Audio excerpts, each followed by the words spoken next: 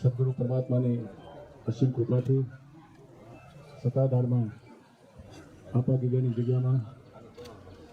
શામજી બાપુની તિથિ મહોત્સવ તેમજ આપણે એમની તિથિ મહોત્સવ સૌ સંતો શ્રદ્ધાંજલિ ભાવાંજલિ અને પુષ્પાંજલિ અર્પી રહ્યા છે ત્યારે આજના પ્રસંગે સમાધિ સ્થાન આપા ગીગાનું તેમજ શામજી બાપુનું સમાધિ સ્થાન અને સમસ્ત સમાધિ સ્થાનના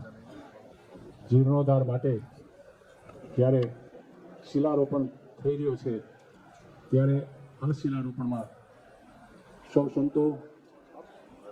આશીર્વાદ આપવા અને શુભકામના પઠવવા અહીંયા ઉપસ્થિત રહ્યા છે. આપણા પરમ પૂજ્ય અને પરમ વંદનીય અને અમારી દેશી ભાષામાં અમે જેમને કાયમને માટે હસવા માટે વિશ્વ પિતામહ કહી અને લાડ લડાવીએ છીએ અને અમને પણ ખૂબ જ હૂંફ આપે છે એવા દાન મહારાજની જગ્યાના મહંત શ્રી વલ્લભ બાપુ તેમજ ચાપડાથી ઉપસ્થિત મુક્તાનંદ બાપુ તેમજ પાળિયાદની જગ્યાથી ઉપસ્થિત નિર્મળાબા જીણારામ બાપુ અને તરફથી પ્રતિનિધિ તરીકે જિગ્નેશ બાપુ આવ્યા છે. સૌ અન્ય પરમ સ્નેહી અને પરમ આદરણીય પરમ આત્મીય વરદેવદાસ બાપુથી માની અમારા સૌ સાધુ સમાજ અહીંયા ઉપસ્થિત છે. સેવક સમુદાય અહીંયા જ્યારે ઉપસ્થિત છે ત્યારે આપણે એટલું જ કહી શકીએ કે સનાતન પરંપરામાં જ્યાં કાયમને માટે સમાધિનું એક આગવું સ્થાન છે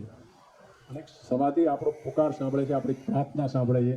એક લોકાચારની વાત નથી પણ વાસ્તવિકતાની વાત છે કે આ સમાધિ ઉપર કઈ વર્ષોથી સેવકોએ પોતાની શ્રદ્ધા રાખી અને આપા ગીગાની સમાધિએ એને એક ફળ આપ્યું.